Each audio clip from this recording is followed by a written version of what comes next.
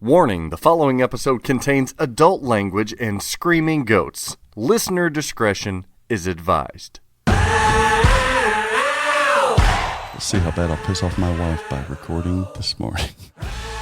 As long as you get done by Easter brunch. She was like, you realize we have kids and we hide eggs and like, this is just hide them really well, so they have to like spend a couple hours trying to find the last egg. She's like, that was yesterday too. She's like, this isn't President's Day. Like, come on. Like, this is come on. Mean, poor Lincoln. Jeez, Zach.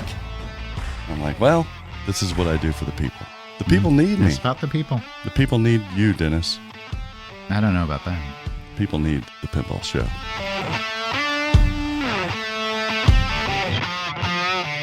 Ladies and gentlemen, this is the Pinball Show, episode 174, and the continuation of a special segment we've been doing from last episode titled Trough Jam 2025. We're moving into really phase proud 2, of the Trough Dennis. Jam. Well, look, I felt good about it. We put it out there a couple weeks ago, and the response has been overwhelmingly positive. Has it? They love. Is it the Trough part or the jam part that they're really latching on to? Who doesn't love jam? I don't know. Superior over jelly all day long. In my, I guess. Well, maybe if you don't like seeds. We can even segue into King Kong having a log jam. There is a physical log jam on the new Stern King Kong game. But before we do that, we do have another big log that's floating down not the proverbial toilet. And that is this, I think, may be our last pinball show on the Pinball Network. The Pinball Network's ending? That's right. I have Why? a right to know. Does it have to do with money? It's got to do with money. Zach Meny, bastard. No. Yeah, so if you want that update, go check Pinside now. If you and you'll be even more confused. The Pinball Network is ending. We discussed at length about it last episode on 173. We even went into a deep dive on the conception of and the timeline and what happened throughout all of the Pinball Network. Kind of the industry's biggest and most successful media network conglomerate that we're closing the doors on. We're not chaining it up, I don't think. Maybe we will. We're no need to burn it down, but we are closing it down. But this may be the last Pinball Show episode. So you and I will. So what new RSS do we have to tell people to subscribe to? This one. So you don't have to go anywhere. I guess you were paying the bill on that one. That's the benefit of paying the bill and doing all the work for the last couple of years. That's our consolation prize, Dennis, that we get to do more work getting rid of other podcasts that are on here so we still have a lot of work to do, but no fear. The Pinball Show here is it's here to stay. So. And then go subscribe to all the other individuals. A lot of people for the details, the Patreon, we had a lot of people join. I was really shocked that people cared about the background that much. The official club of the Pinball Show via Patreon, patreon.com/the Pinball Show. Go sign in because you're going to want to hear some exclusive stuff. But people loved the exclusive content last week that we did cover the TPN. Like you said, our biggest boom in new members. So. They liked it. We need to close more things down and talk about it, I guess. All in due time, Dennis. Oh, okay. All in due time. But I think we need to get to the pinball, right? Happy Easter. Happy spring, everybody. It has been very stressful on me as somebody that works in this industry because... Pity you because you've had to do so many sales. Trough We're Jam. supposed to pity you. Oh, man. It really... It did hell on me, and we'll talk about that more. But first... we got to talk about the angel that is Stern Pinball. Keeping the lights on everywhere. Stern Pinball production updates. The last couple of weeks, they've been making Jaws Premium, finally. And they still didn't make as many as dealers needed orders for, so they're going to make more, I believe, like June, July. But they did squirt out some Jaws Premium for us. Oh, what a word. They also, on the line, was King Kong. And we'll talk about that. Their newest cornerstone release. Keith Elwin. Yeah, speaking of Elwin and Jaws. So the weird thing is, I believe Kong, I don't know what Kong version is on the production line. Theoretically, it should be the LE because they're releasing the LEs first, but I thought I saw some non-LEs, and there was something with a decal on the LE, so I don't know. we should be getting Ellie soon. We'll talk about that when we talk about the release itself. April, I do believe they are going to run some more Metallica remastered premiums this month as well, over the next couple of weeks. So simultaneously with some of the Kong games. And then in May, they're going to start running King Kong Pro and Premium models. So we'll have them shortly in locations everywhere. Q3, I have some updates here for production of Stern Pinball. Q3, this would be July, August, September, summer months kind of thing.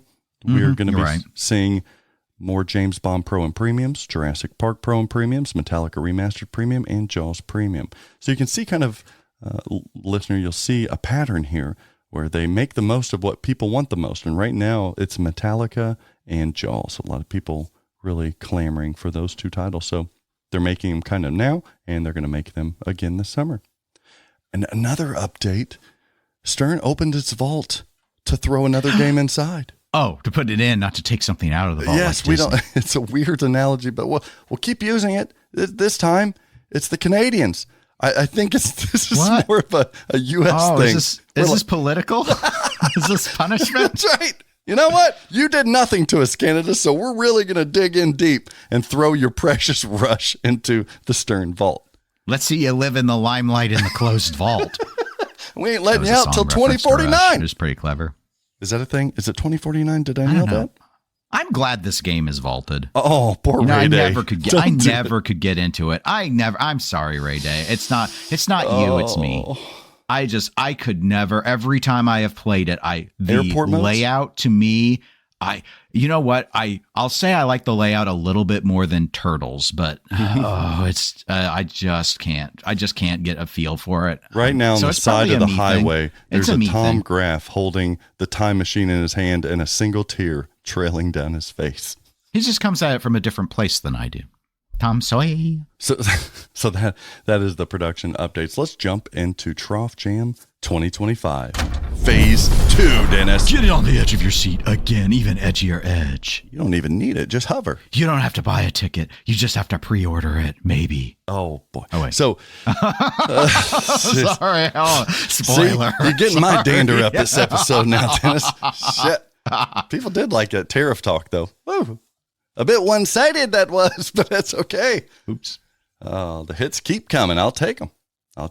So phase 2. Phase 1 was girthy. Phase 2 is our big one. This phase 2 is the steak. If phase 1 was more the potatoes or the salad, because phase 2 is the big, porterhouse, the big licenses that people have known or highly suspected were coming, and now they're seeing them. Are you saying phase 3 is the sweet dessert? It could be. Phase 3, maybe more of an aperitif or something. I don't know what those words mean. It could be key lime pie. But yuck. Oh, key lime. No, actually, it's a little tart for me. Yeah. My preferred pies are. I thought you said pecan. Oh, yeah, pecan. Yeah, pecan. Pecan. Whatever you want to say. However you want to. Caramel. But yeah, I don't think I ever told you this story. My maternal grandmother one time was talking to me about having a pecan. And I was like, a pie? What did she talk about out in, she lived in Alaska. And Grandma senile pissing in a can. Pecan. That's what it was. Oh, it was? For the cabins. Because it's Alaska in the winter. They wouldn't want to go to the outhouse. And she literally had a pecan. I didn't say pecan. Like an old Folger. But she'd say it just like the pecan, like pecan. Yeah. She's talking about this pecan. And I'm like, what? Why at night? What do you need to have a pecan by your bed? And I'm like, just like one? I hope just she like at one least little pecan just sitting there. And she's like, I finally realized, no, she's talking about like an old metal Folgers can that's being used as a bedpan. That way you don't have to go out. I mean, I went out there once in the winter, and at night, I mean, it was 20 below. So I understood the desire not to go outside, but I'm just doing because you had to walk to the outhouse. I hope she at least rounded the corners of that tin can. Oh, look, I didn't ask any questions. Grandma's got some cuts. Oh, pecan. So how we're going to do this is we are going to mention the timeline as we go, because we could just sit here and talk about, Dune Pinball by Barrels of Fun or King Kong. Is that what we normally do? We could do that, but there was so much going on. It's such. high stakes times. I mean, they were trying to tease here, tease there. It was like a bordello over it. Or no, what is? They're always trying to promote, though. But that's what it was. People like to be let into behind the curtains here a little bit, don't they? Mm-hmm. There were rumors that weren't true. There's so much going on. So we're going to kind of briefly mention the timeline as we're going along Trough Jam Phase 2, but also we're going to take a deeper look. And I've got a lot of feelings about how all of this went down over the last week and a half. And we're going to put that for our official club members. They deserve the juice. And the juice was gushing over the last week and a half, but let's jump into it. First off, we had, I'm going to say, let's start around the 1st of April. We had like April 3rd. We had Barrels of Fun jumping out and teasing, hashtag included, new infinity glass. They said, look, where other people are making you pay for this stuff, we're hashtag including it on our next game. So that went over well. People like that. Oh, very cool. They also came back out on the 7th of April, and they said they gave a reaction to the tariff. Everybody was worried about tariffs and how's this going to affect us. Really good PR move because it got a lot of positive publicity there. So Barrels of Fun trying to jump out in Phase 2 and trying to position themselves well for their new release. And then on the 8th of April, 10/22 to be specific, they do another hashtag included, their new lighting system, Dennis, the Horizon, I think, Atmospheric Lighting System, or HAL for short. And then there were rumblings. What are you doing, Dave? Yeah, do they have, what is it, Space Odyssey? What do they have? And then Jersey Jack Pinball on the 8th. Jersey Jack Pinball jumps on stage and says, wait a minute. And they push Barrels off the stage. They're like, no. That was the sound. I heard it. So Jack backflipped him, did a flash kick, and knocked him off the stage. He did a quasi cartwheel. Hey. And then I thought I heard Barrels do the Chung Lee scream. No. Right, okay. And then so Jack comes in and he emails dealers to basically say, hey, we got Harry Potter. Here's some of the game details. And start taking, he said, pre-orders are open, but don't open up pre-orders to your cut. So it's a pre-order, but don't call it a pre-order. It's not. Don't call it a comeback either. There are so many things here. This is what's going into the Patreon. There are a lot of things. Yeah, here. Stick that in the Patreon because it's confusing. A lot of things here. But the end result was you can now message your dealer and you can pre-order Harry Potter sight unseen if you'd like. But whether you give money shouldn't matter, but it does matter with some. But I don't know what to tell you. I don't know. You can guarantee a spot if you go to flippinoutpinball.com. That's all I'm saying. Just bye. Shouldn't they go to? So there's a lot. Just cut all that part out and put that in the Patreon. No wonder you were like, hey, I really think we should go this direction. Not you do a bunch of like, what are your top fives, Dennis? I lost some weight this last week and a half. A lot of sweating. Good sweats and bad sweats. Yeah.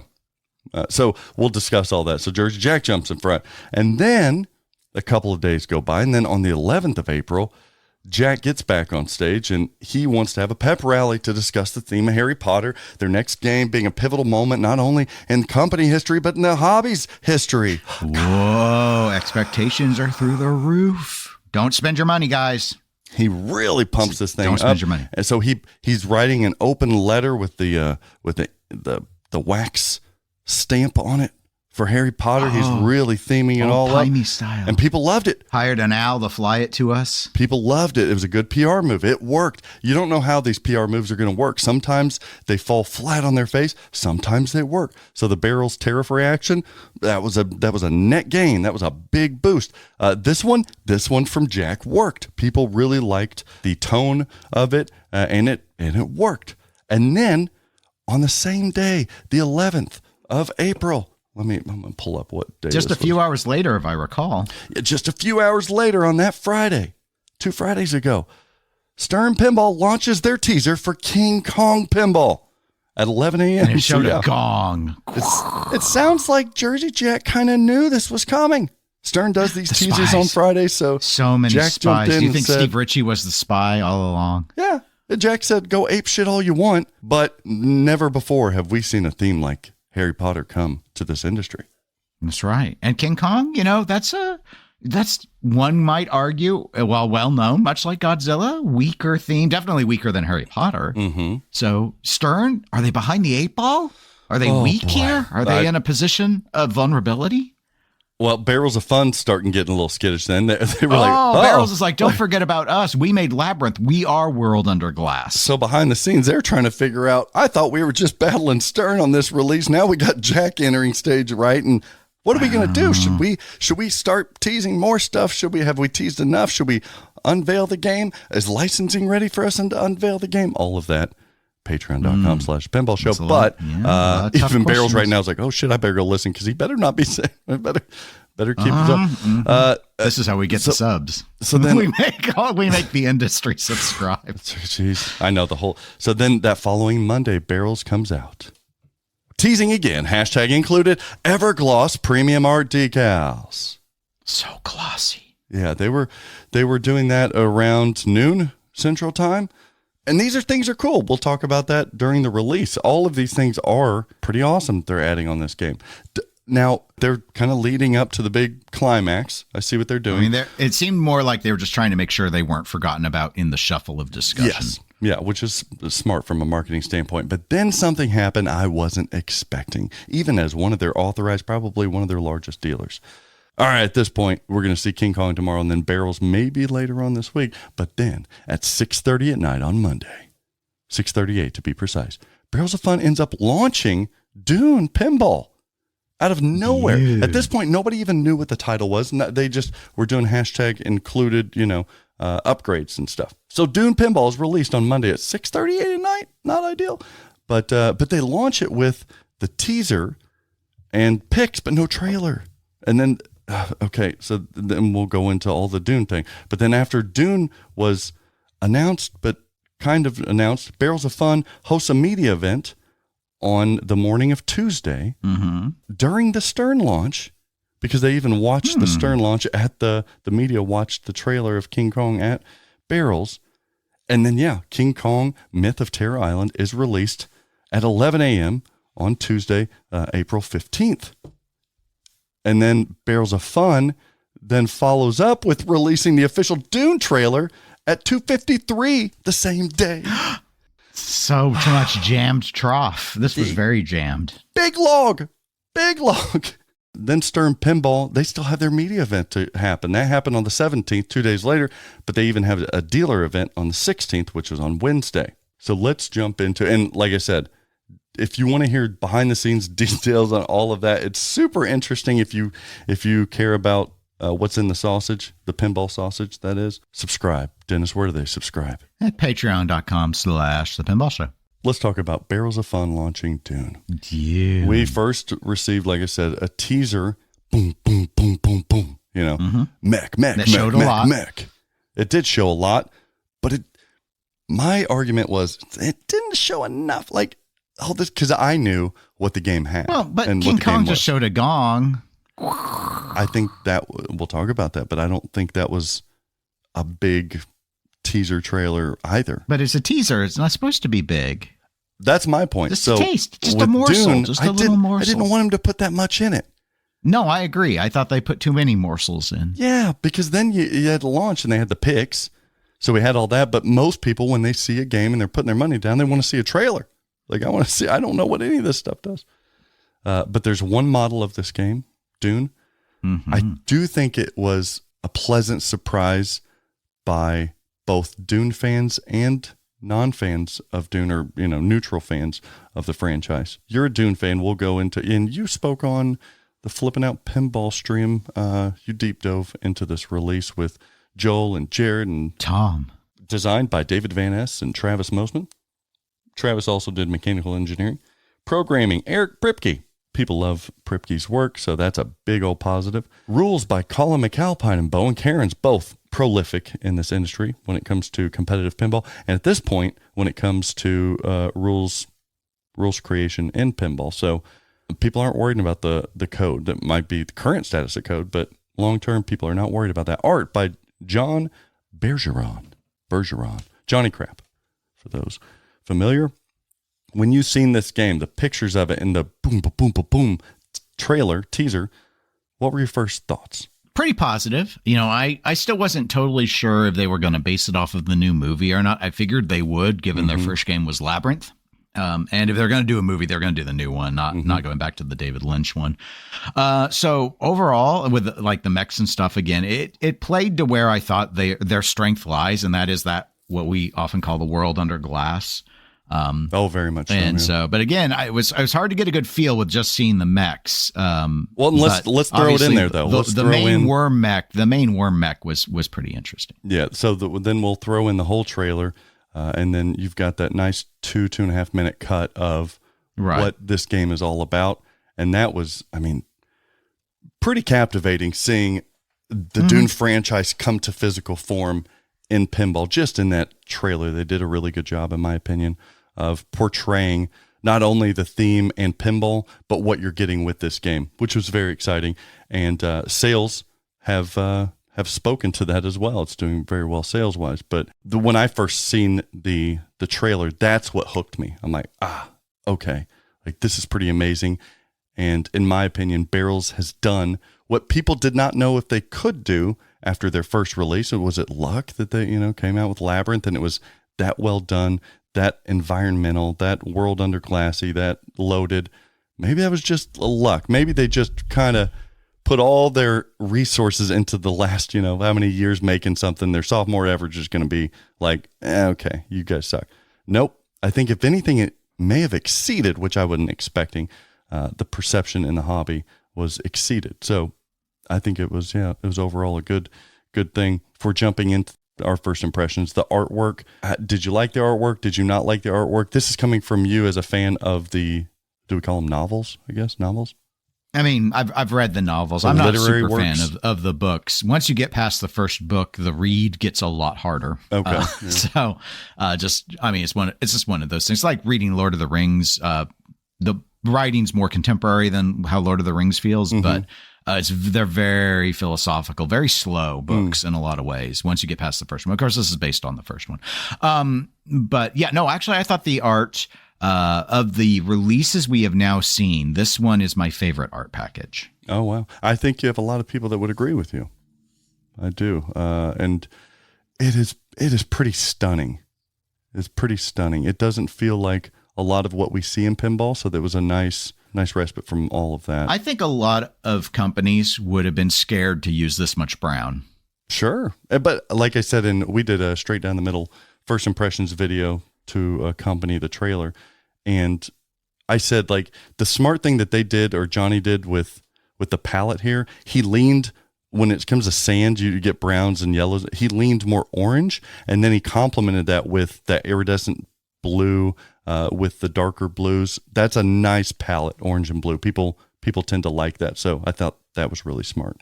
And I paid on, I gave myself credit here because nobody else fucking noticed. I brought up the fact of the playfield art, some of the apron art really, really was like a tribute to some of the illustrations on not only the novels, the Frank Herbert stuff, but also just like the theming in general on Dune. I thought they did a really good job. So much so that I pulled a picture of the novel. I think it was of the second novel or the third novel, and then compared it to the playfield character art. And if somebody were to see those next to it, they're like, oh shit. Yeah. I mean, there it is. Like, that's Johnny Crap not creating his own thing. That's him paying tribute and homage to the classic artwork that people have loved. And I said it on that show, and I'll say it here, listener. I think that apron art is maybe my favorite apron art I've ever seen in pinball. It is very cool. It's just beautiful. Just beautifully done. And then we've heard from media people that in person, this thing really is beautiful and gorgeous as well. And it shouldn't be. Dune should not be beautiful. It's sand. But it is Timothée Chalamet. I don't know. I am kind of crushing on him. I'm not going to lie. So the art checks for you. It's good. Layout and design. This is where I think it shines. What are your thoughts on the layout and design? Is it a fan layout normal, return to ramp? No. I mean, the layout is, the layout is unique. I like what the ball paths are doing. I am not convinced this shoots well. Okay. All right.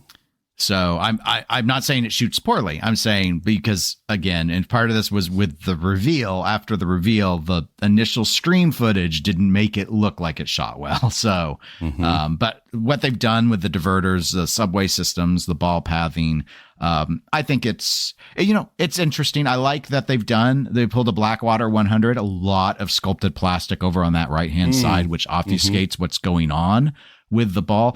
I don't think that this is going to be a hard game to figure out how the pathing's going to work. I think there's sometimes with pinball, it feels like people look at this stuff and it's like all of a sudden they become 5-year-olds and they can't figure it out. And it's like after like 6 games, you're going to understand. They're never that hard. Even like the most complicated pathing game ever, I think, was Godfather. And I've never really heard people rant about, I don't know where the ball's coming out next. Well, and that's because of use of diverters and change states and all of that. But people like change state, and this does have a lot of change state. But what I like is it's not all just a bunch of diverters sitting on top of ramps that you clearly see. They have still respected the idea of, I want you to feel like you're on Arrakis, and then they put a lot of it under those plastics and stuff. So I like the way they've done, and it doesn't look like a layout that really mimics much of anything else that we've seen before. So it feels fresh. Absolutely. So I like that parts. I like those parts of it. I'm like design wise, I think it looks very interesting. It does, but it looks. I just don't. My feel on how it plays is a little more nebulous. Yeah, and that's one of the things that once we get our hands on it, we'll be able to see better how it does feel, because people were mixed on Labyrinth. Labyrinth tended to be pretty difficult, and what I was talking to Retro Ralph, and he's got a Labyrinth recently, and he's like, "Damn, this thing is just freaking like brutal." And then I was like, "Oh yeah, like true." And I tend to like really nasty games because something hooks me about them. But yeah, and he was like, "But yeah, this is like on Labyrinth kind of unfair at points." And I'm like, I can't argue. I cannot argue. And it's the same thing with like Ghostbusters. I think Ghostbusters from a geometrical standpoint, like, is unfair from a design standpoint. It is unfair at times, and I'm okay with some of that. It gets to a point, but I think this will be a little bit more forgiving. However, I still think, based on, when the media went there and was shooting this thing, and that was whether it was on Yamcam or Nicecam, they didn't do it any service on shootability, because they weren't hitting shots. Yes, this is where Barrels had much like what Stern did, a video with gameplay, and we've talked about this for years, because even Stern used to not do this. We've been preaching. It's like, don't let the live stream be the first experience with the gameplay. Have something pre-recorded where it doesn't look like it's impossible for anyone to play. I don't even think they really needed that if they didn't have media come.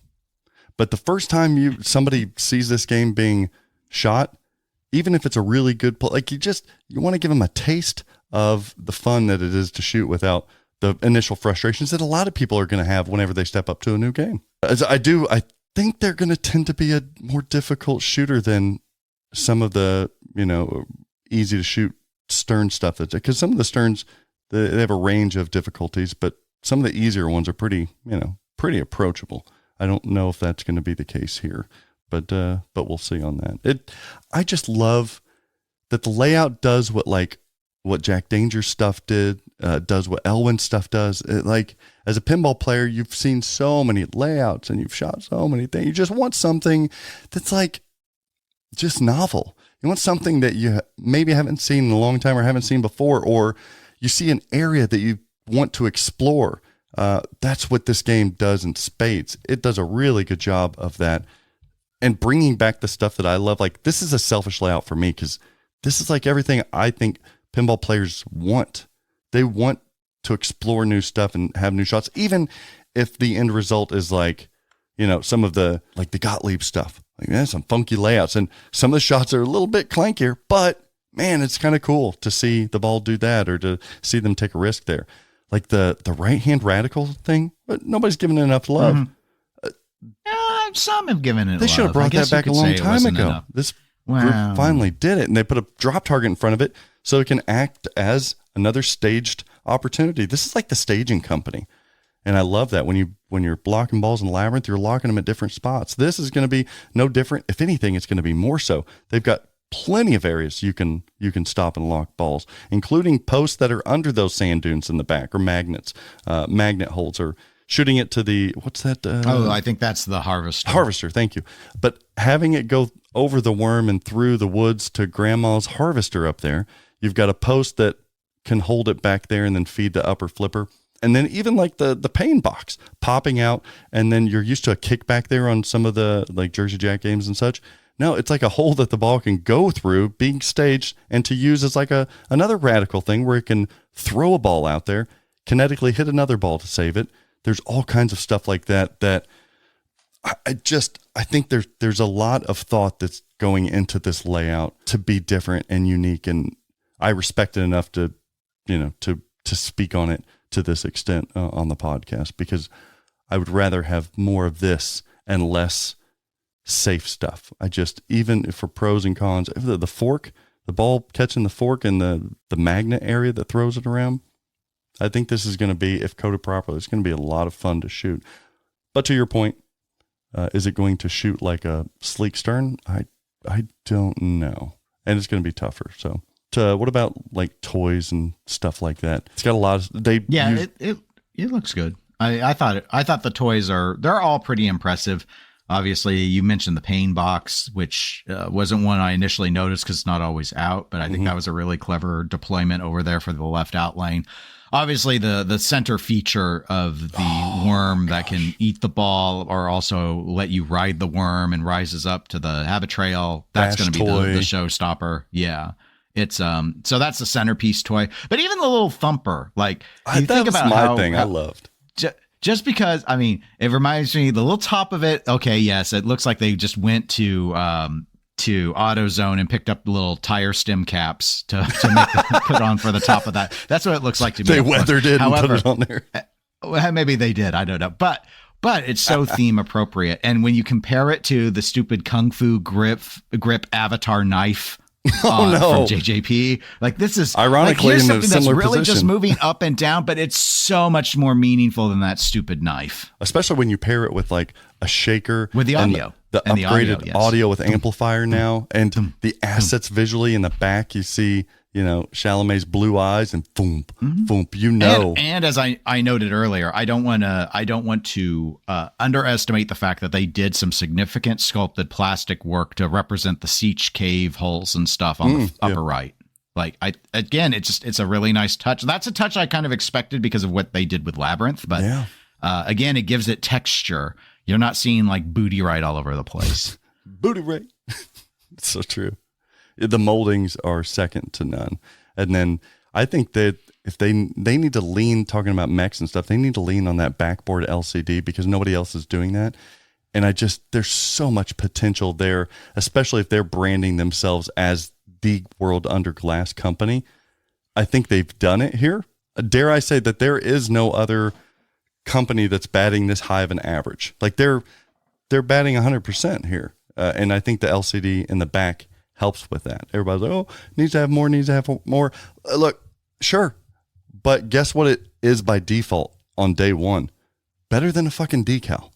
So its theming is quite wonderful in my opinion. But it's hard to find a flat plastic on this game. I love that they took the time to do all the sand molding when sand, all you got to do is a flat plastic, but they did molding to pull the world in. I wasn't a Dune guy. The theme did nothing for me, but it does now. Like I'm going to own this game. This game looks freaking killer. And there's so much going on that I love that but you got to do it all right. You got to do everything to this degree in order to win some people over when it comes to a B level theme, even maybe some argue C level theme. But yeah, it does it. It does it for me. 3 spinners? Do you really need 3 spinners, Dennis? I mean, I like 3 spinner games. So they all do stuff. Can you not just have ramps? Do you have to have ramps that also have diverters and flaps that come down to lead to a different orbit shot? Like every damn shot seems like it could be diverted into a couple of different things. I love it. I love it. Oh, I forgot to talk about the beautiful back glass art. I've heard people say bad things about the back glass art. It's like one of my favorite things on this whole game. For some reason, everybody's like, it feels like Lord of the Rings. Fuck yeah, exactly. Like on Lord of the Rings, that is the only artwork on that entire game that is not worth the trash can. And I know people are like, yeah, but it's the times at the time. Yeah, I agree. I'm just saying, looking at that now, I want to cheese grater the entirety of that damn game, except for if they remade that game, I would urge and encourage Stern to keep the same translate. It's beautiful. That movie poster, so iconic. I love it. It's like Jaws. All right, what else are we missing on the I don't love the back glasses on this. Oh my gosh. Don't get me wrong. It's not like they're poorly balanced or anything, but it feels so Photoshop montage. It reminds me of the Star Trek back glass on the Pro and Game of Thrones.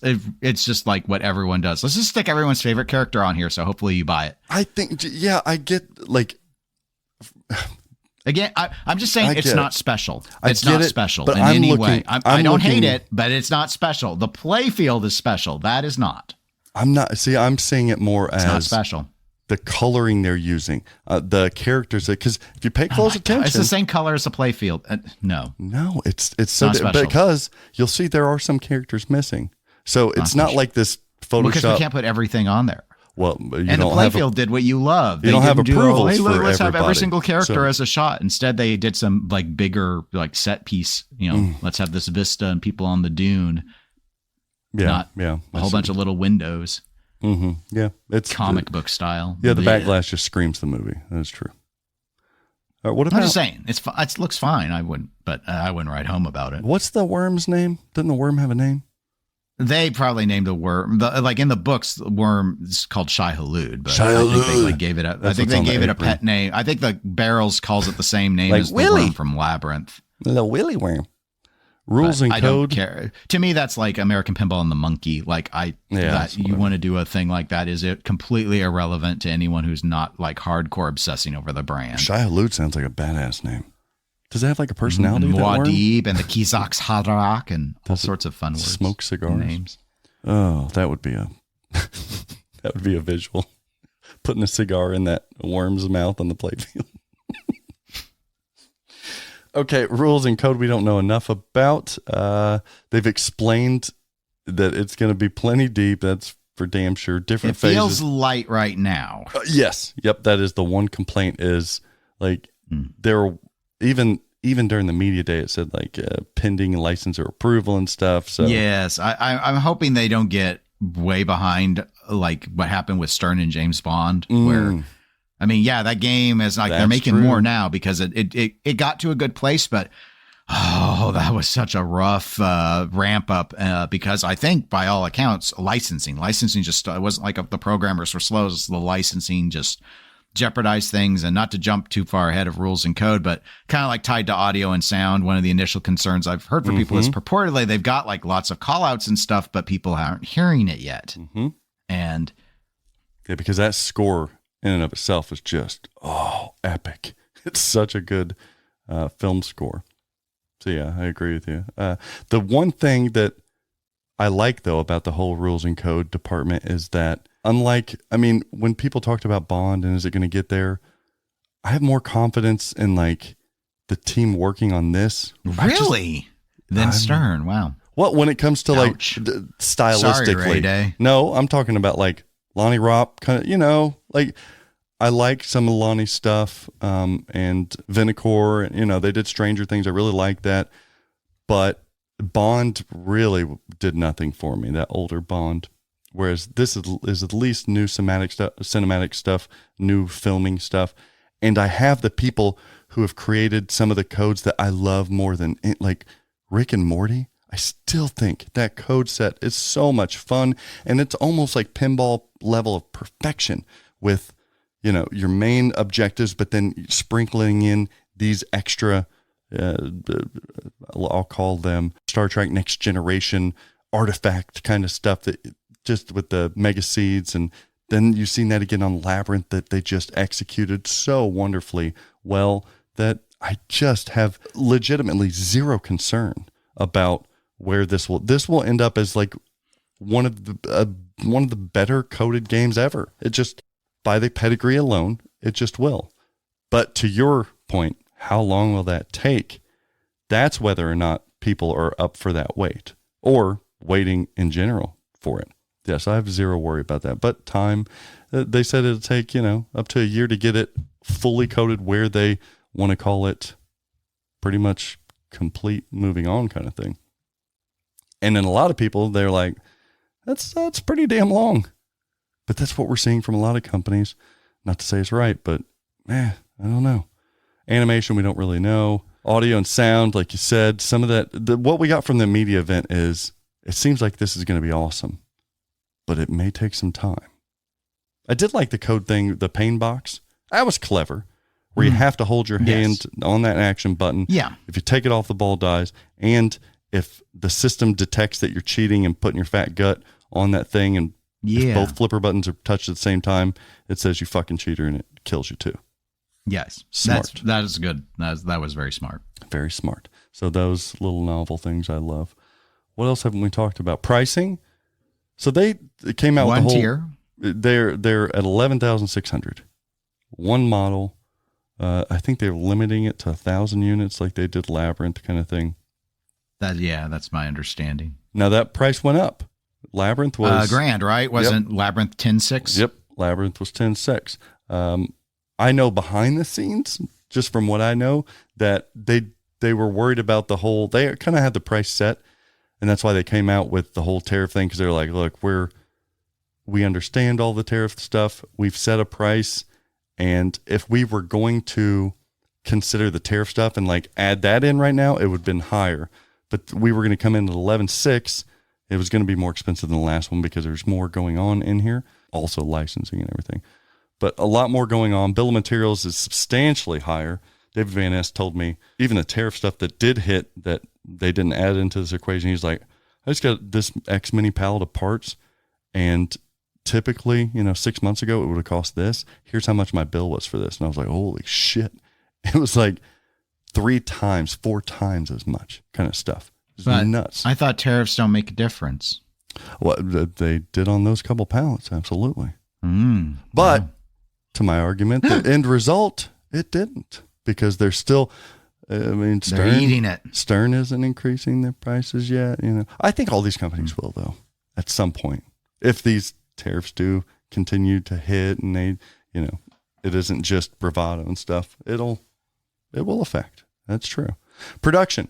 They're wanting to get to about 20 games a week production goal. That way they can get through the majority, if not all, of these games Dune by the end of the year. What was their rate for Labyrinth? Oh, I think similar. They were about 15, 20 games a week. It took them probably 2 months to get to 2.5 months to get to that point.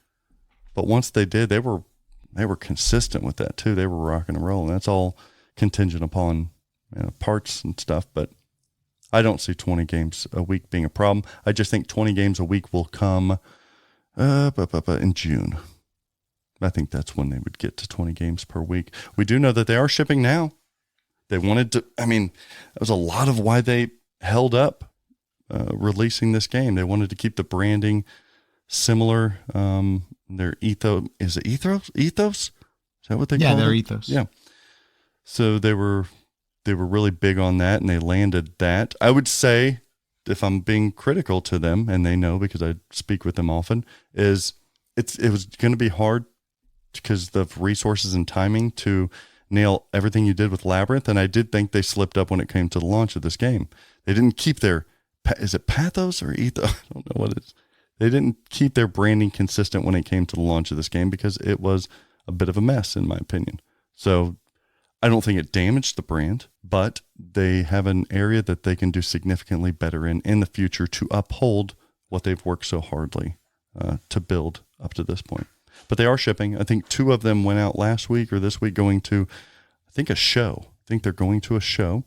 And then they'll be going to different locations. They're preferencing locations, giving priority to that, Dennis and listener, to where they can get out at arcades. I know that for Flip N Out Pinball, we're getting a showroom model, so we can do some media on it, as well as other dealers getting showroom models, and they're going to locations. So we have, a list of locations that you're going to be receiving those soon.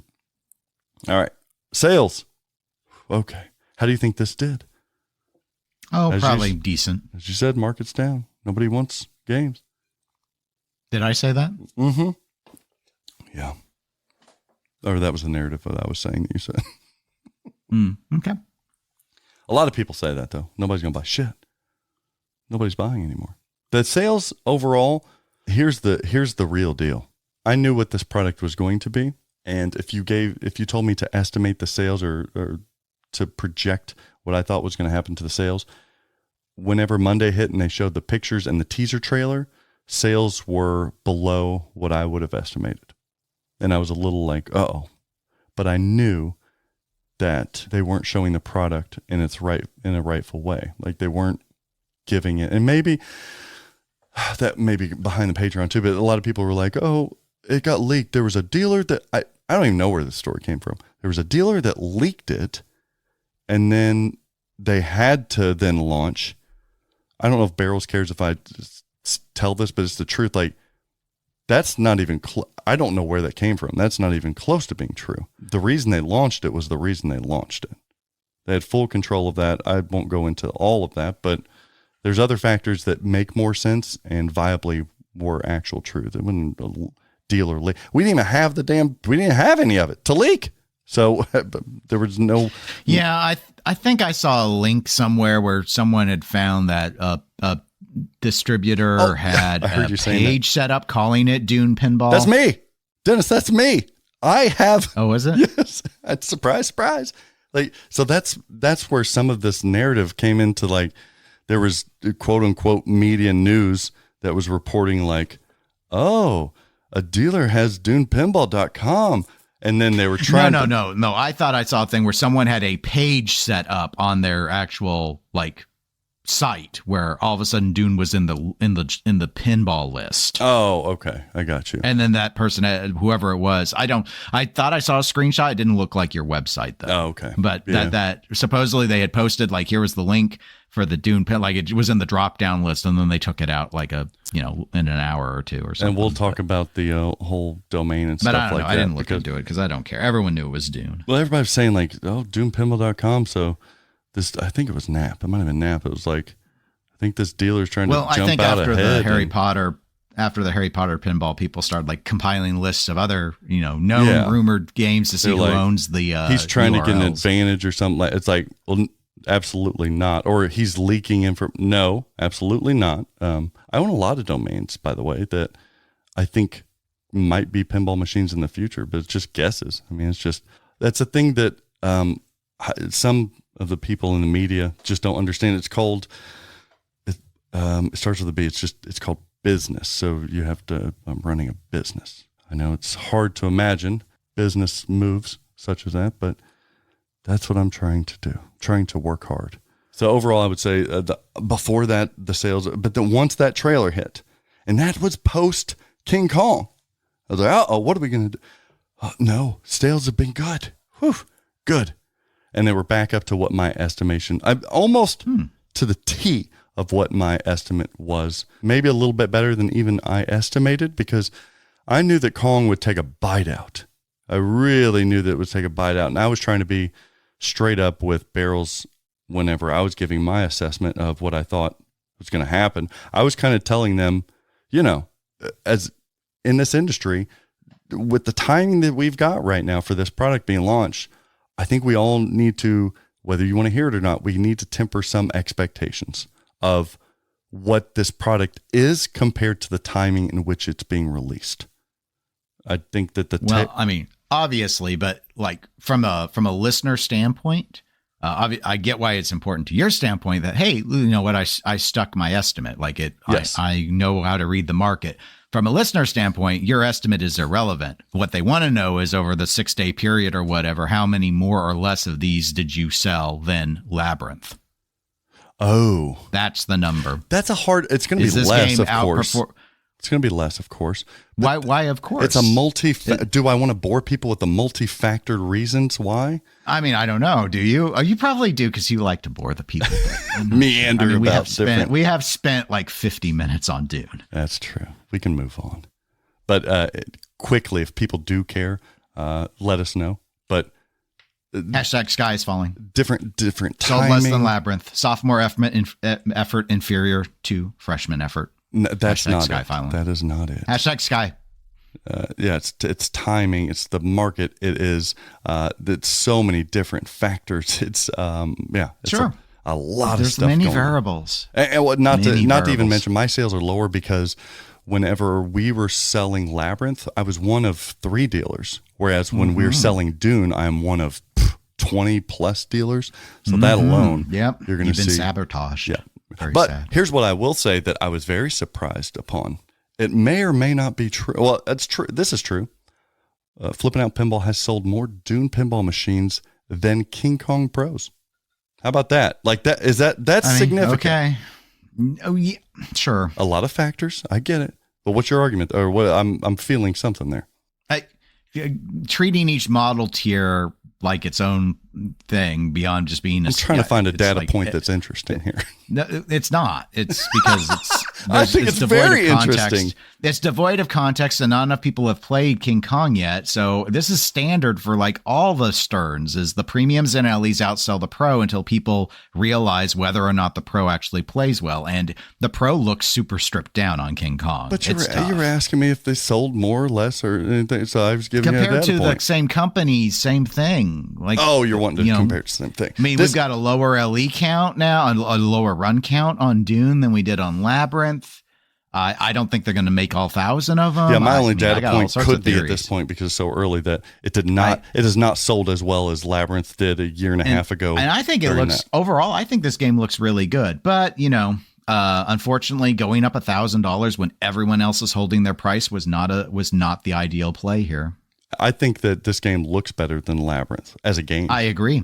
I absolutely agree. But I also like the license more, so I have to check my bias and make sure and I I'm not like letting that infect license less. I love Labyrinth as a license. I know you do. But yeah, going up $1,000 is significant I'm just trying too. Absolutely. I mean, it's just compare when the fact that Stern held pricing and JJP's already indicated they will hold pricing, and JJP coming out with a mech equivalent version of Harry Potter less than this game. There and we have to remember we were all told we're not allowed to spend our money. I thought $9,999, right? For arcade. I'm saying, do we know that it is just as mech enriched? I thought it was said. Like, I'm not saying like the lighting and stuff, but I thought like it was gonna gameplay was going to be identical. No, even the I art thought is you meant when identical comparing to Dune here. Oh no! I meant just the Wizard version versus the arcade version of like you're not. It's not like a Stern Pro where you're giving up mechs. Mm-hmm. No, given what they've done here, and if they've really been as aggressive to hold the pricing, I'm very curious now if Harry Potter looks stripped compared to Dune, given where Dune is priced. Or is JJP relying on their economies of scale and they're able to do more with less money because they buy more parts? Yeah, that's all very, very good. I guess we'll have to wait till phase 3 to see. That's right. All right, let's talk about King Kong, myth of Terror Island. What is the myth? I don't know. I mean, Terror Island in and of Skull itself Island. Is pretty scary. Is the myth that it's not scary at all? Like, what is the myth? I mean, maybe that he never was on Terror Island, and so that's the myth. Is he's on? This is the wrong island. Shit, it's like Shutter Island. Leo's really. That is a weird He's a patient. movie, and that movie would be a terrible pinball machine. The Hulk is really just a doctor. I fully expect JJP to do it at some point. I love Shutter Island. It's a very good movie, but so is The Godfather, and it's not meant to be a pinball machine. It's just that was my reference. But anyway, King Kong, Stern Pinball, 3 models, Zach. Cornerstone, Pro, Premium, LE. Can I please say? Yeah. I mentioned this on that Flip N Out stream that Joel invited me on, but I am so proud of Stern for not going back up to 1,000 LE units. This was the right play. I'm very disappointed. Keep them hungering. I thought make their tummies rumble. I think that Keith Elwin should be known as the 1,000 unit LE man. This is so good for the whales because it'll better position, even though it's just a little bit under 1,000. It will better position for value retention in their LE. I heard you compare yourself to a little beluga, cute little beluga. I might. At best, I would, like in my scenario, I was walking through an example, but I can't assume myself to be a blue whale. I'm not. You're a little beluga. I would not. I'm more like a little beluga whale with a squishy forehead. They're cute. I love those with the bulbous, foreheads. Yes. Then you can push them and they squish in. Squish. Almost dolphin-esque. I love it. 932 units. Why 932? Because King Kong was either written or the film or whatever it was 1932. The idea of tying these into like things is I find quaintly ridiculous. Yeah, that part is not cool. Just make round numbers. I was teasing Stern, and I said this game sold so well that if anybody, I was telling the salesperson, I said, can you ask Gary or Seth? Let's just go back. Let's do 1,000 and send the extra 68 units to me, and I'll buy them right now, please, because this has been selling as everybody thought it would be selling. It's selling. I saw someone on a social media, probably on a Flip N Out social media, posting saying it doesn't really matter because in a couple of years they'll have the black and white version come out and it'll be more valuable than the LE anyway. Couple of years, I was hoping by Q4. I mean, maybe Q4 of next year. They're going to have to. I mean, if they're partnering this thing up so closely with Godzilla like they are, I mean, the people who have the black and white Godzilla are going to want the black and white King Kong. No, it's a fair point. Especially after all of this. I won't even say rightfully so, because I'll argue against it. The criticism of the color palette being used on this game. They're going to lean into that and be like, fine, here's your black and white. With red blood all over his hands. No, they got to go fucking purple. I hope they go purple. Oh. Black and white and purple. I would love. Come on, Yeti. Let's do it. He's the new studio art director, Jeremy Packer. Yeah, congratulations to him. Congrats, absolutely. So no price increase. I think that shocked a lot of people. Super smart. Stern knows what they're doing. Sometimes smart isn't always helpful though in business. They're like, oh God, yeah, that was. If it was Spike 3, I think we'd have seen it, but maybe Spike 3 is a myth. Maybe it's like Dry Land in Waterworld. Oh, King Kong, the myth of a new operating system of Spike 3. Yeah. So the design was Keith Elwin, the golden child, the golden man. Mm-hmm. He ain't no child. He's a man. Can do no wrong. Shoots great. Best game he's done ever. Unequivocally. Game programming. Rick Nagel is back. Mm-hmm. Rick Nagel. Mechanical engineering. Harrison Drake. The whole team is back. That's right. Art. Well, no, I can't say that because art. Greg Frères, Kevin O'Connor, and new studio art director Zombie Yeti. What in the hell happened here? Collaboration? Yes. Well, kinda some. Gotta dig back into the prototype vault of Data East, or was it Sega? I forget. It was Data East. I thought it was. People have been kind of poo-pooing like nobody even knew that game, so why would they do a throw up? It's like, well, because it's their company and this is kind of cool. I liked it. I liked the move. It was clever. I thought so too. They're right that nobody really cares, but I thought they integrated it fine into the. I did too. It's beautiful down there. Yeah, it's beautiful. I wouldn't go. The only quite thing that I don't far, like we'll jump into the art, but because there's a couple things I don't like, but yeah, I thought it looked really cool.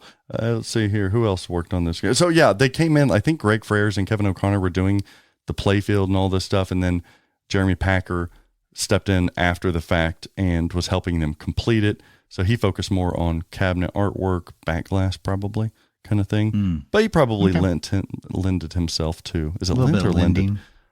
Lent. I don't know. Lent themselves. It's Easter time. I know. So I'm saying. I won't even eat, I promise. Sound design, Jerry Thompson. TPS, the pinball show announcer, Jerry Thompson. Yes. Yeah. Jerry does good work. It's pinball with personality. Custom speech by Brian Q. Quinn from Impractical Jokers.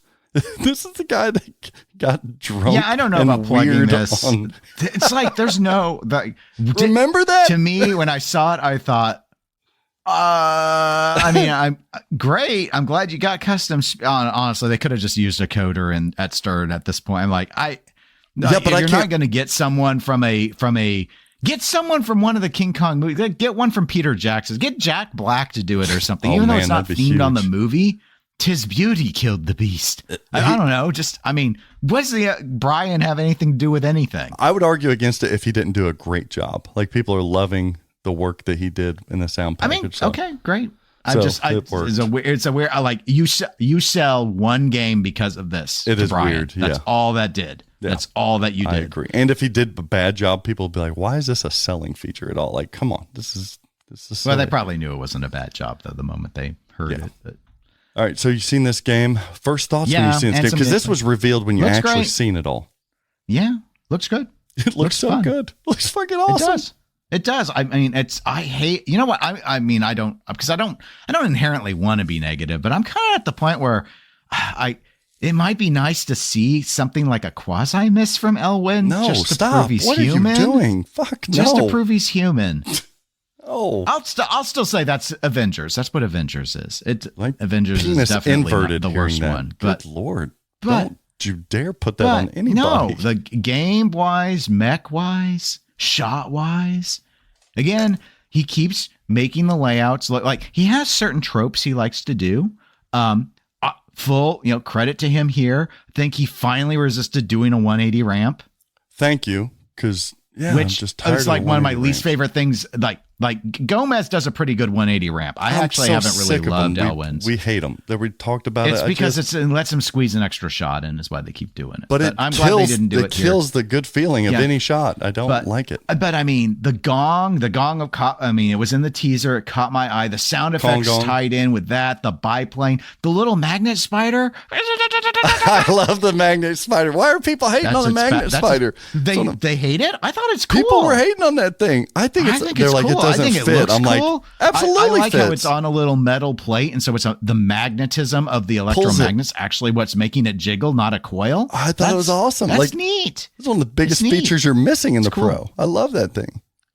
Yeah, no, and that's the thing. I mean, I don't have major criticisms of what I see here. It's hard to and with the gameplay already being seen, it shoots well. Yeah, the stream was awesome. I can see where some inspiration from some games is, but it's a unique layout as it always is. There's a reason that most of us media just gush over Keith Elwin games. Like I assure you guys, it's not because Keith Elwin's out here chatting it up and buddies media, because he's pretty cold when it comes to that. I don't talk with Keith. He helped me out with when I had an issue with my Godzilla game, and like that's been the extent of our correspondence. We are not friends. Yeah, I do not talk to him. I do not hang out with him. I do not ask him to come on for interviews. I don't do anything with him. That's what I'm saying. So when it comes to, there's a reason why we all gush, because they really set. But we're not surprising anyone. Like I haven't honestly heard anyone go, "You're wrong. All of his games suck." Like no one thinks. Even the haters are like, "Yeah, I'll buy it.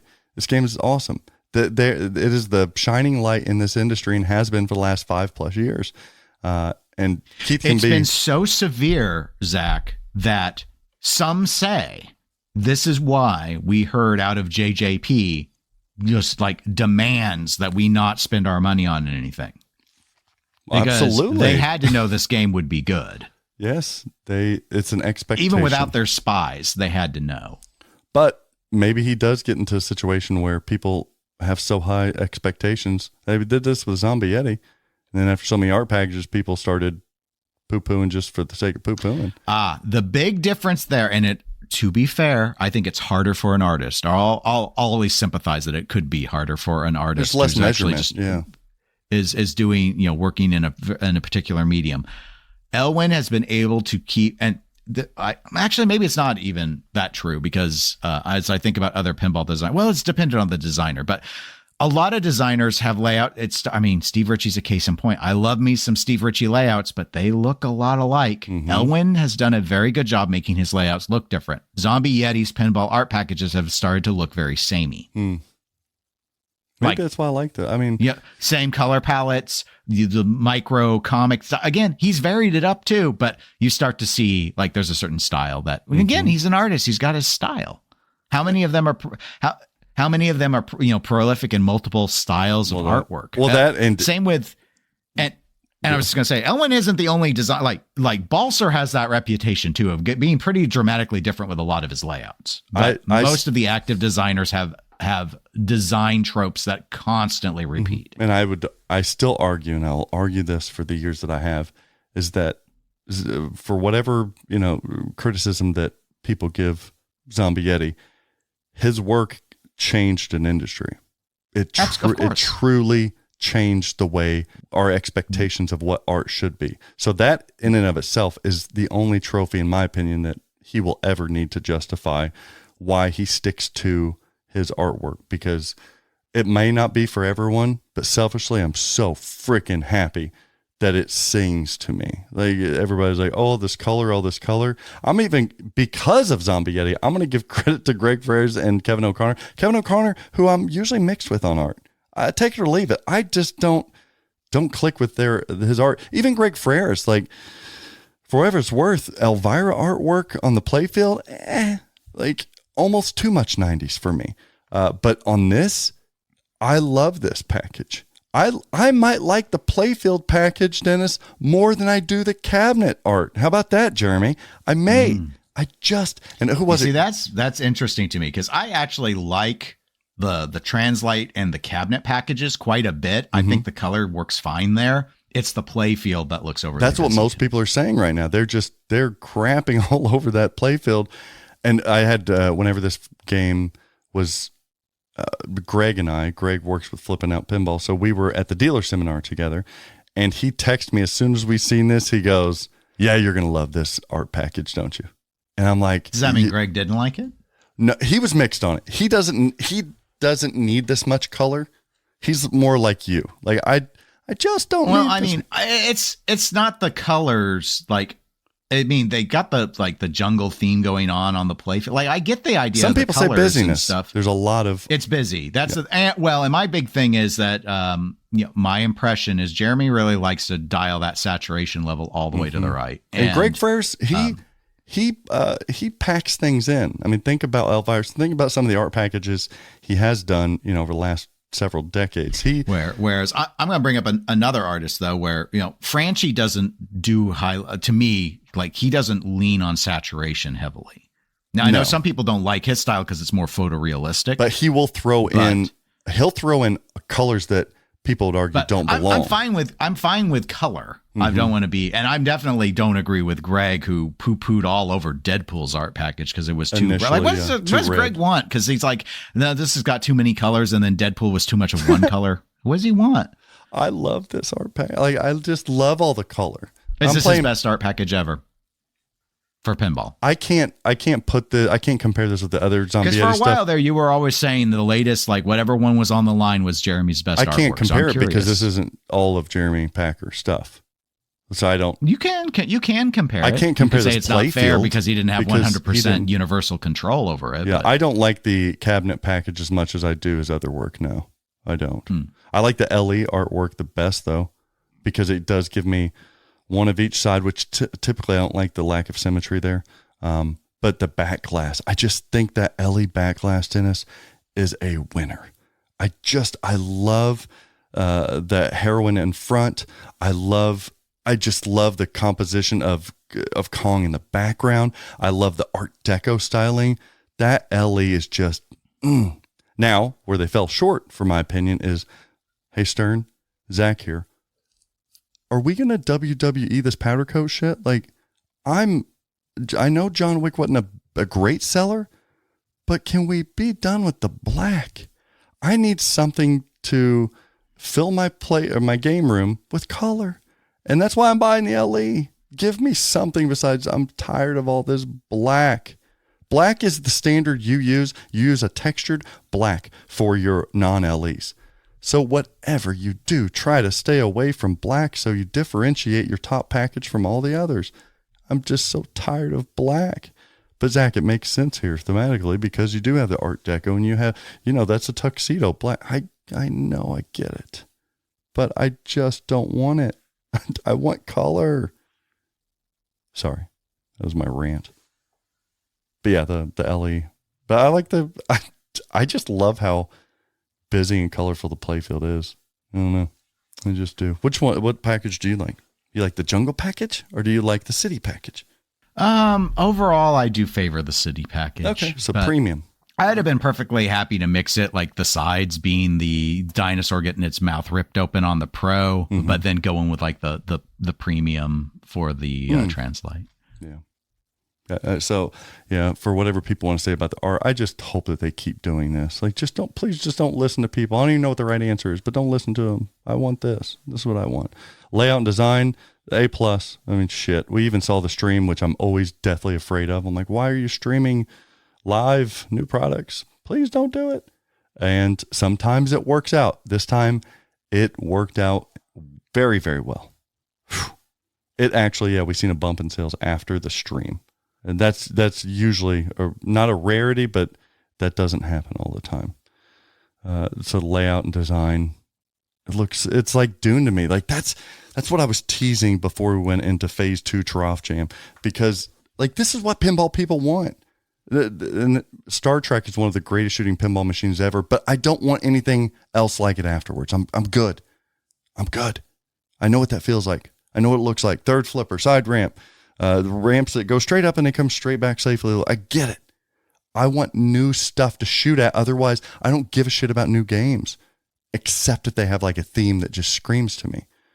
This is the perfect example, listener, that new pinball, like, I'm almost going back on my whole themes, because I won't, because of course themes sell better than anything else.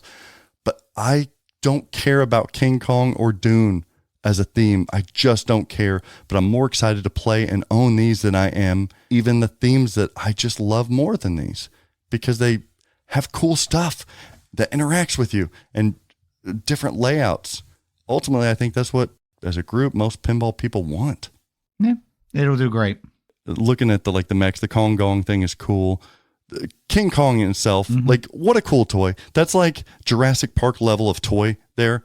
How he's interacting, stopping balls. He's Kong smashing the frickin' the subway car thing, and balls are flying. That's that level right there. We need something to that degree in every game to be a hit. And they load it down like the biplane, like you said. They've got this little upper flipper, the sweepable drop targets. I feel almost like that was his, what Stern game do I not like that everybody loves that I think is overrated?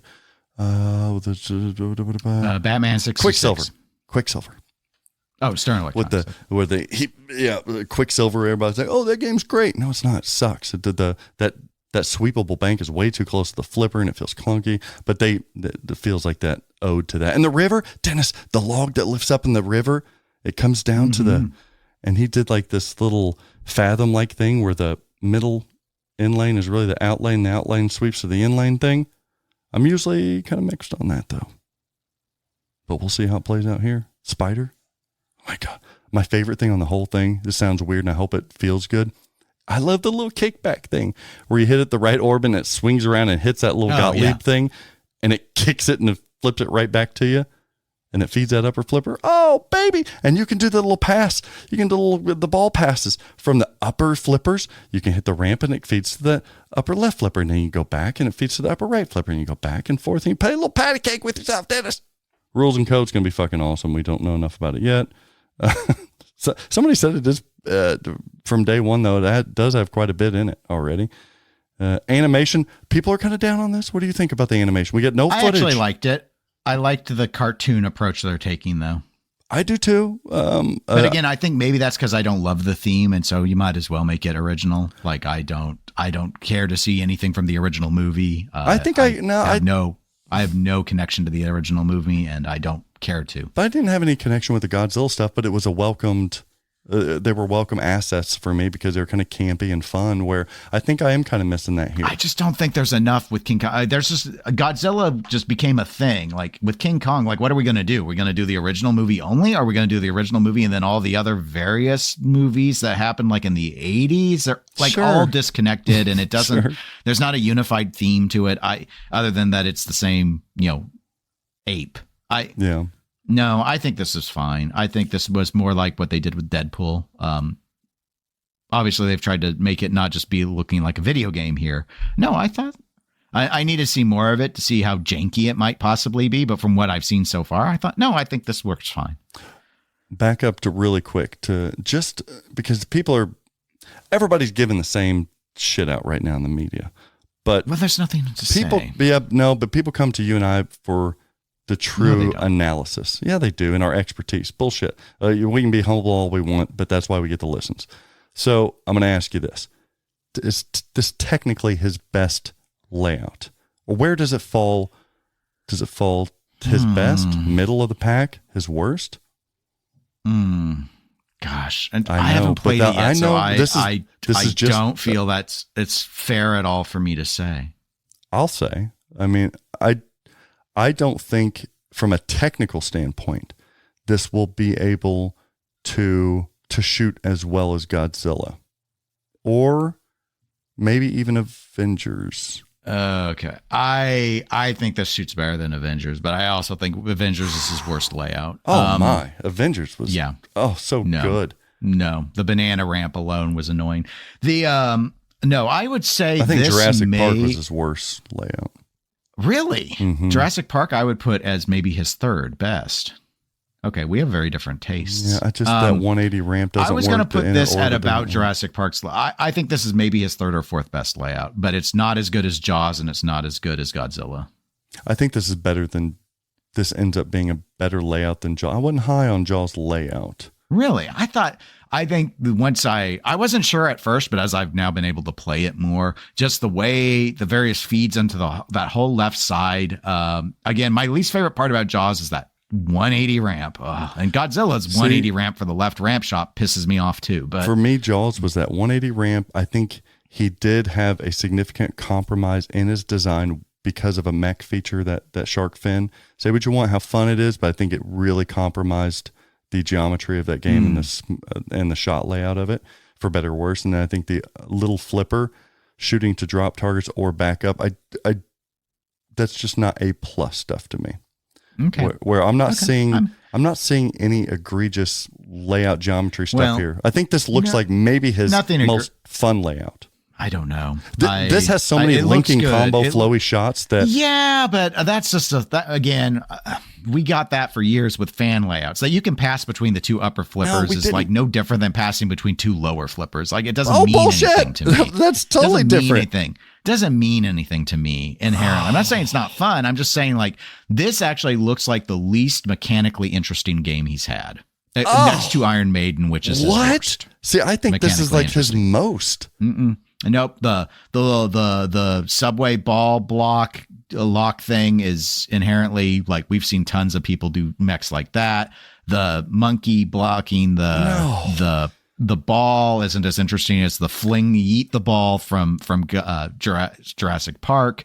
The little kickback thing doesn't match the fascinating game state change and aesthetic integration of the Godzilla building. Again, I'm comparing premium LE versions to premium LE versions. What he's done here is this is mechanically more interesting than Jaws, but but it does so to a point that still pushes flow, which I think is very difficult to do. Yeah, but he hasn't had a single game that didn't push flow.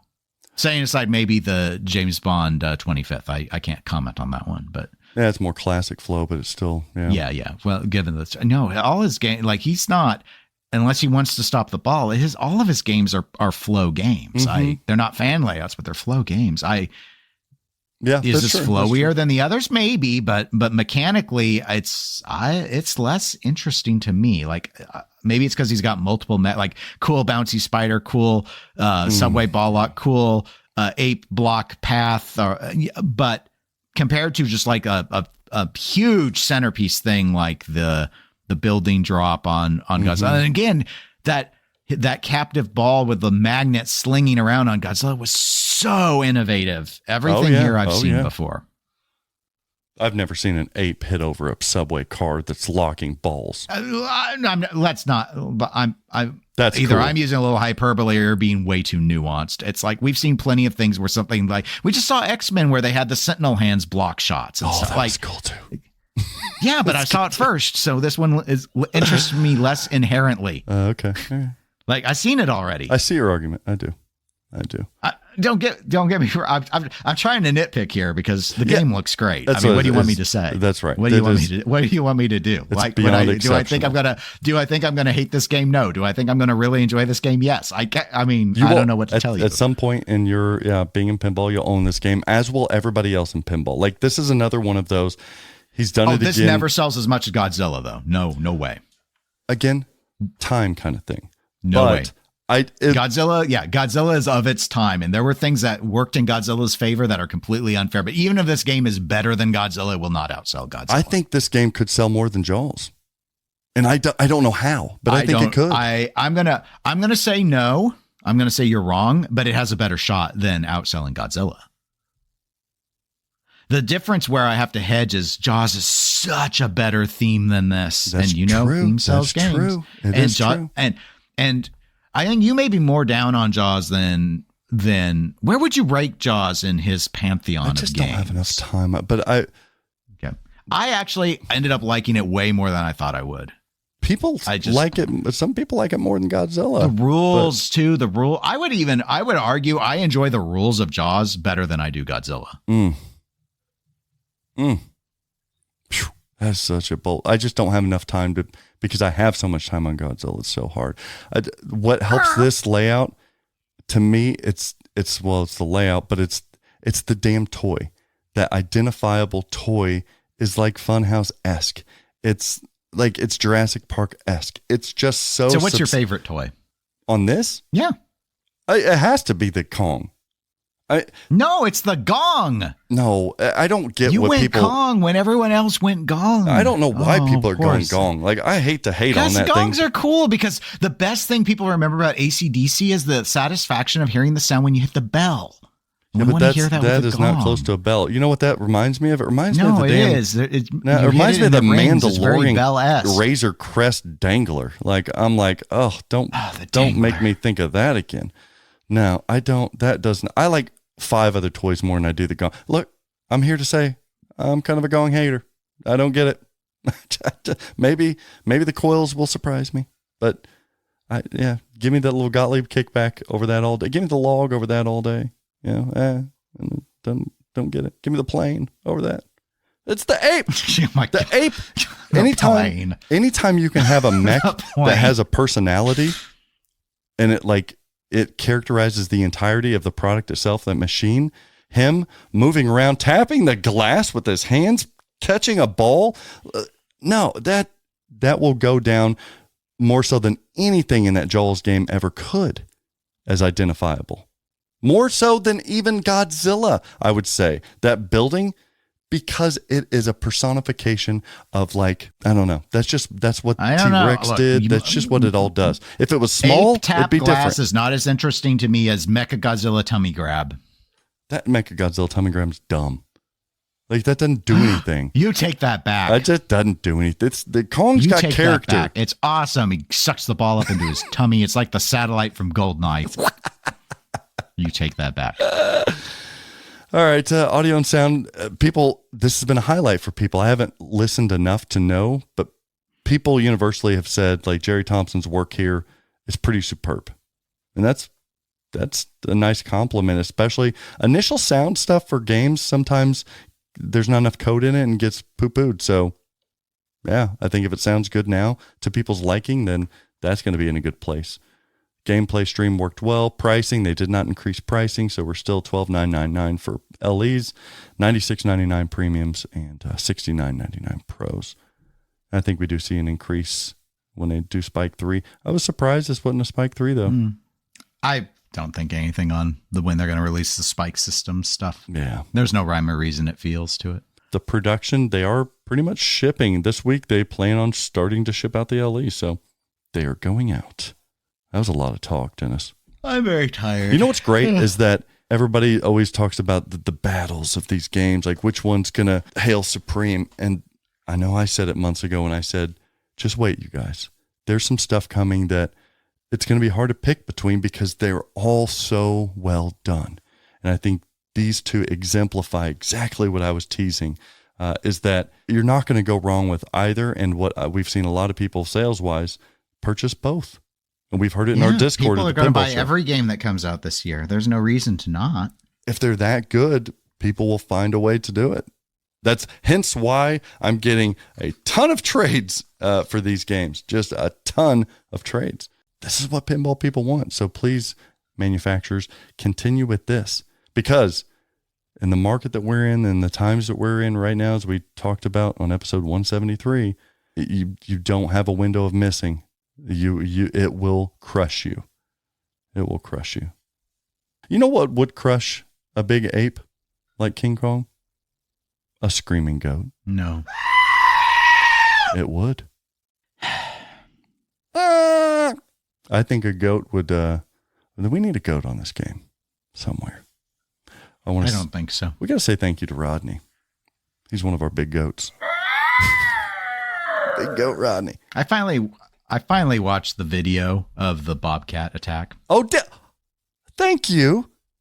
How great was that? The visual is just as good as the audio. That bobcat was rabid. And that guy's just freaking out. Yeah, his wife had like over 20 puncture wounds. Get in the house. Get in the house. Oh, I'll shoot that fucker. But he was just Billy Badass. And there, but the preceding part is he was like super mild mannered until it That's bit right. his wife. How's it going? Have a great day. That's a bobcat. Attacked my wife. Oh, shoot that fucker! Man, I'm gonna have to watch that again. But thanks, Rodney. Steve, thank you.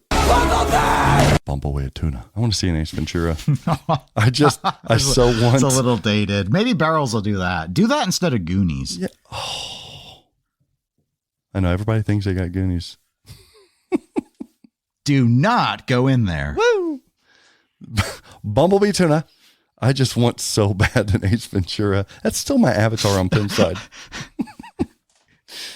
I still sometimes will just say Dan Marino should die of gonorrhea in rotten hell. And people are like, why do you hate Dan Marino? I'm like, that's not the point. Never mind. It's not about hating Dan. I don't think anything of Dan. Oh, man. Well, I have kissed a man. I love that movie. Both of them. Oh, even though the second one's just objectively worse than the first, but just. Except for the rhino birthing scene. That's making a comeback. It is making a comeback. The Panther, thank you so much, Rob, for the continued love and support. And I won't say to what Rob has purchased, but as a buddy of Rob's, I know to say congratulations on the new edition. He's got a new game coming his way. What do you think he purchased? And maybe it might not even be one of these new games, but if it was, which one did you think you went with? I would say King Kong. Okay, interesting. Rob, you'll have to reach out and let him know if it was, in fact, King Kong. Maybe it was both. What do you think the odds are that each of these guys, Rodney, what do you think the odds are that Rodney went with both Dune and King Kong? You think yes or no? Not Rodney. Not maybe Rodney. One. Okay, I don't think he'd do two. What about Jabs? Neither. Okay. What about Rob? I think the B holds. Rob won. One, okay. Falcon, my boy, Frankie. God, I love Frank. What do you think, Frank? One. Do you think Frank went with one? I think one of them. I want all of these guys to reach out and let us know, because it's not like they're necessarily buying from Flip N Out, so we don't know until they let us know. But we don't know. If not, then why? Joe. Both. Ooh. Hear that, Fox? Thank you, Fox and Frank, for the support. Thank you, Charlie, for the support. Did either one of these dingle his bell? I'm going to say no. I think Charlie's going to wait a little bit. Oh. But that doesn't mean he's not going to come back and buy one. Wink, wink, Charlie. What about William the Dude? No, man, come on. Who are you going to believe? Those guys are... We dropped off the damn money. William probably bought all SKUs of them. Know so that four. William got a big whale dick. We know. Like William, it's like, why not get the Pro Premium and LE of King Kong and Dune? So he is four. picky, though. I do know he is picky, but he does like new stuff. Yeah, he does like new stuff. He's not afraid to try it. He can get rid of a game when he gets tired of it. So I mean, what about that sweet? Four. I'm saying four. That sweet rooster. I'm gonna rock out with my cock out. Josh. One.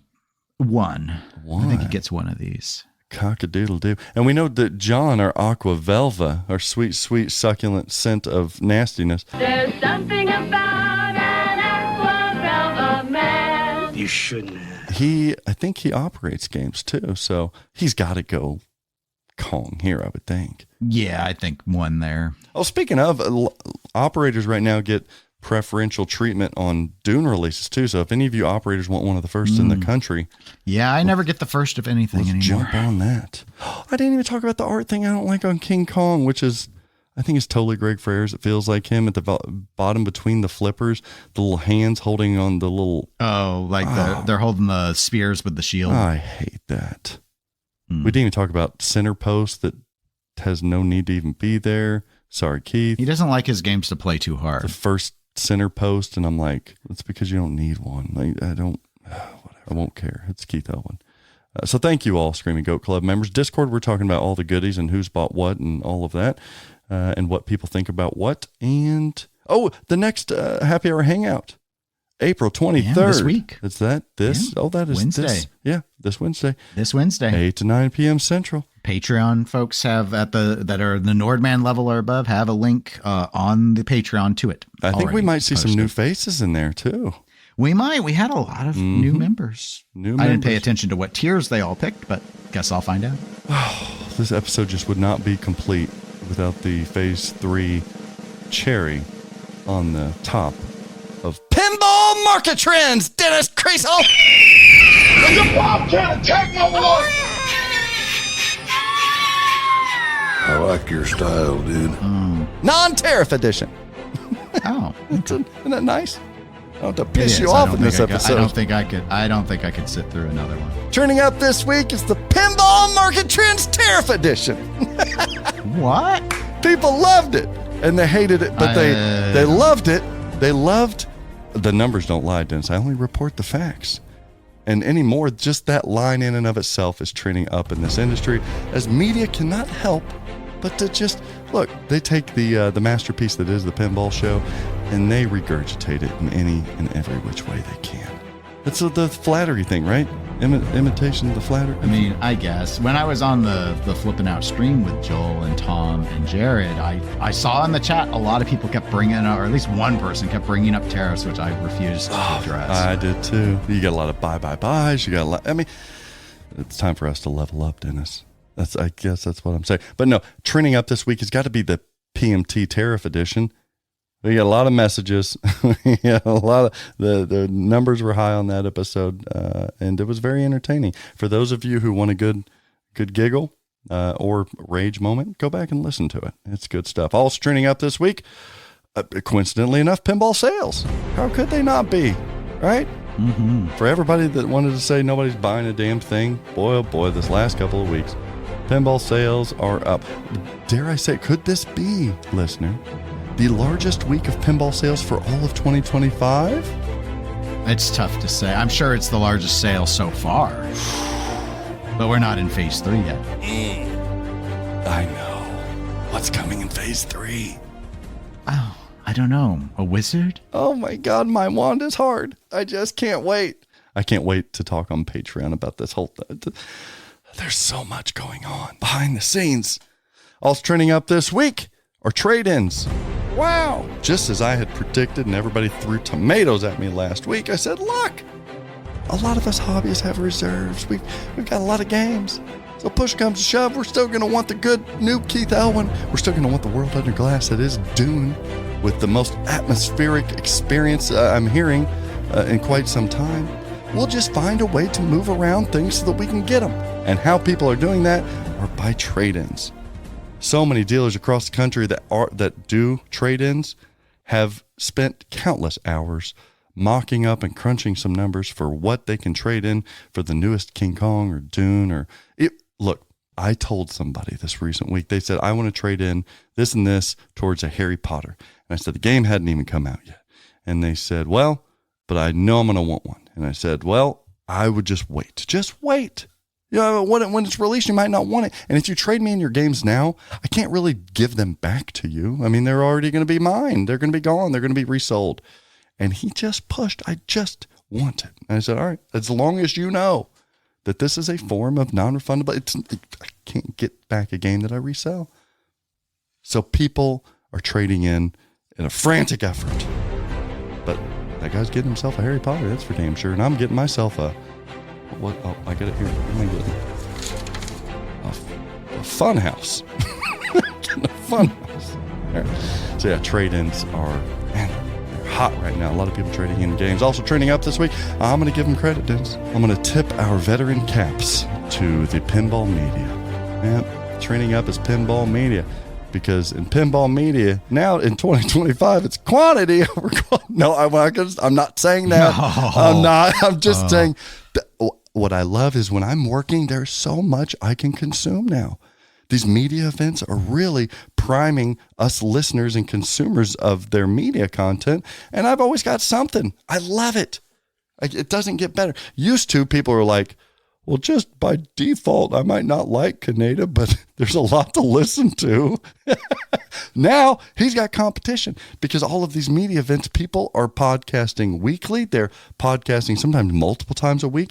They're putting videos out there. They got their yam cams out there. Some of them have an actual professional tripod and some lighting. I respect to those people that put in a little editing work. So there's just between the Carrie Hardys of the world, the Triple Drains of the world, the Don Pinball podcasts of the world, even the streamers of the world, people still streaming pinball. There's so many people out there creating content. And some of it I don't like, but guess what? I'm so addicted to pinball, I consume it anyway. So I have to give everybody in the pinball media, our brethren and sisterin. Is it sisterin? Cistern. Cistern is a word, but that's like a... No, cistern something else. It's not like a... It's like no, cistern. A waterway or something. I don't know. But all of our brothers and sisters out there that are creating content, I love you. Please keep it up because Stern is even finally getting that. They're understanding that a way to expand the pinball hobby is not just by making people drink beer at dirty old bars. That helps.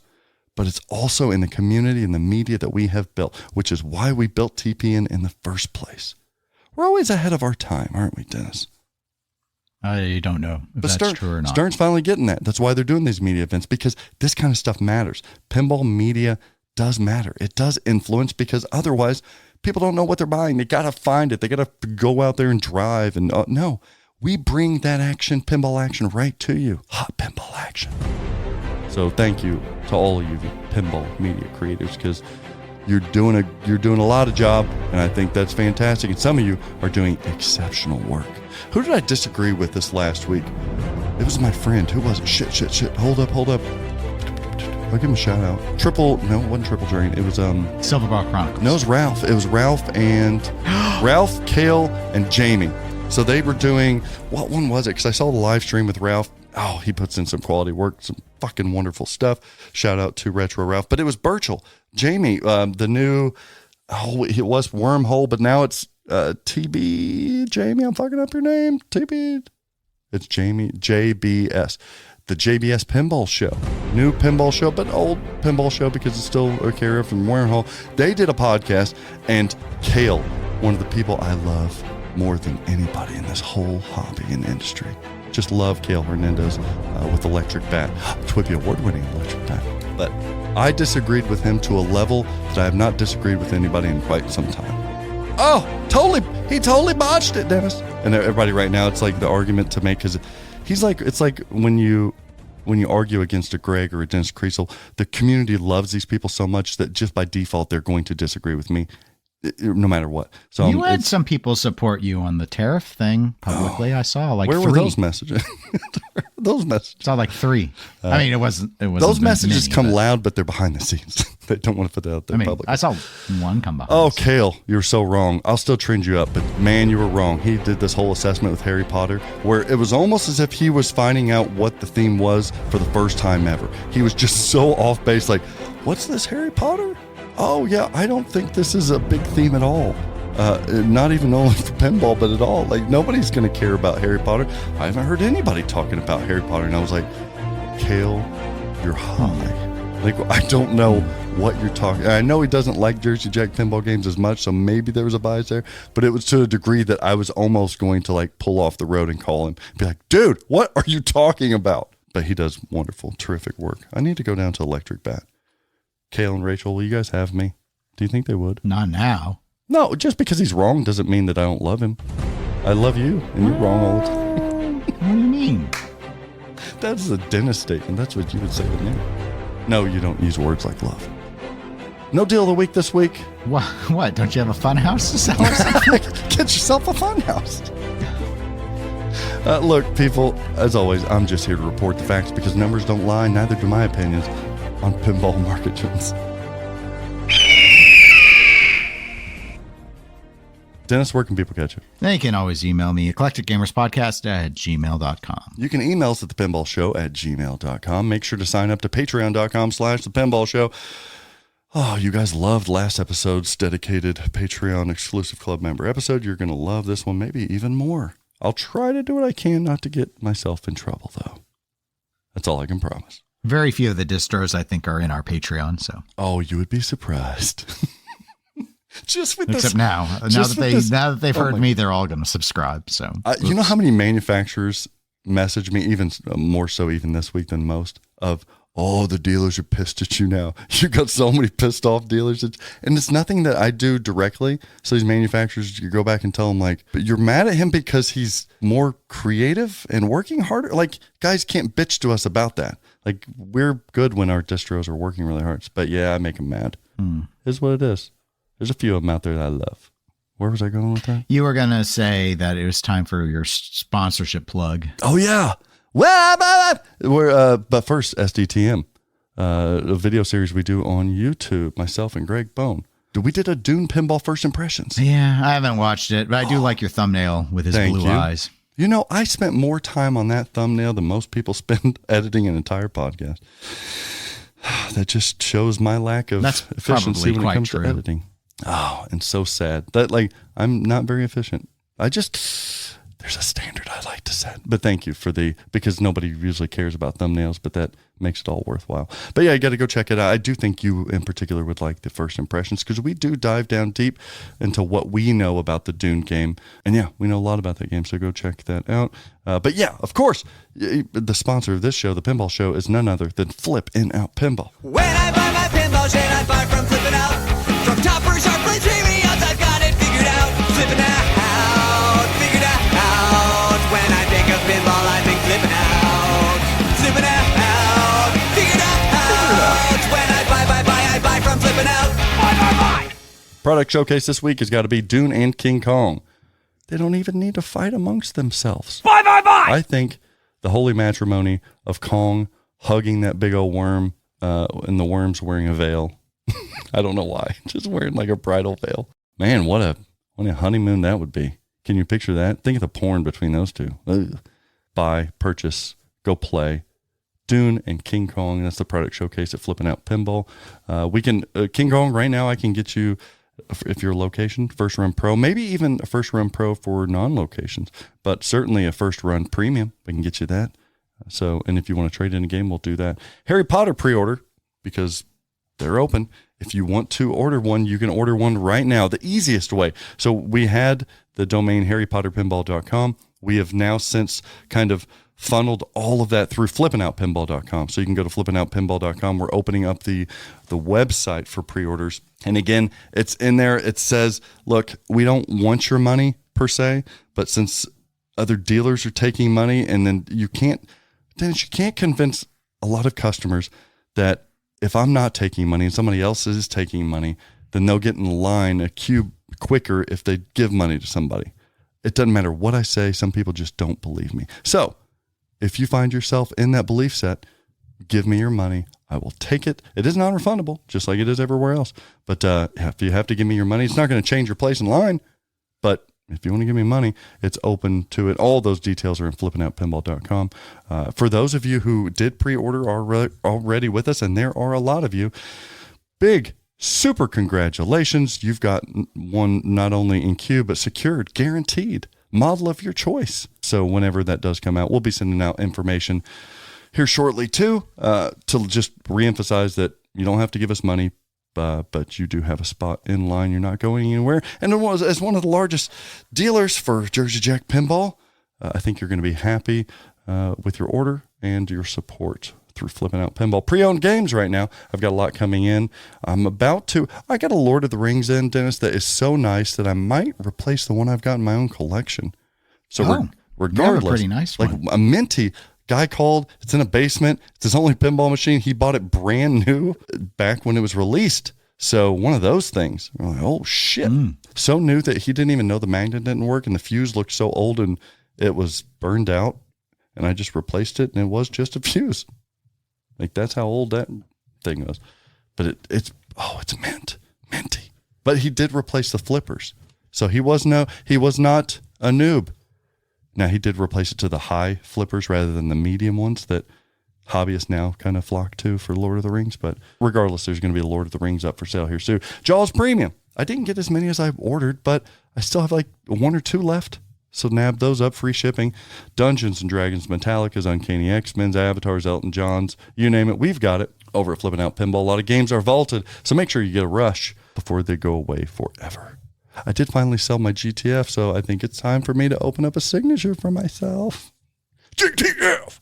Signature! You got screwed. Lost a lot of money. Will Phase 5 include Cuphead? People are trading in Cuphead before it's even released. It's really weird. I'm telling you, pinball people get it all backwards. All right, toppers, expression lighting kits, shaker motors, we've got it. Flip N Out Pinball Media Channel.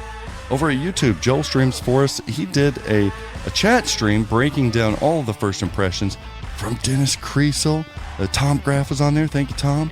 Jared was on there from Joel's brother. So that was a lot of fun. And yeah, you guys entertained me. Thoroughly entertained me. I don't know what he's streaming this week. I think we may do Metallica. Because I don't think King Kong's going to be here yet. So maybe a Metallica to show off all that new code and stuff. Maybe Lord of the Rings or Funhouse. I don't know. Dennis teaches people something. It's Easter. Well, it's pretty simple. I'm just going to tell them, do not be wrong. When you look at King Kong, the best toy involved has to be the gong. And always practice safe pinball, and I'll love you even if you're wrong.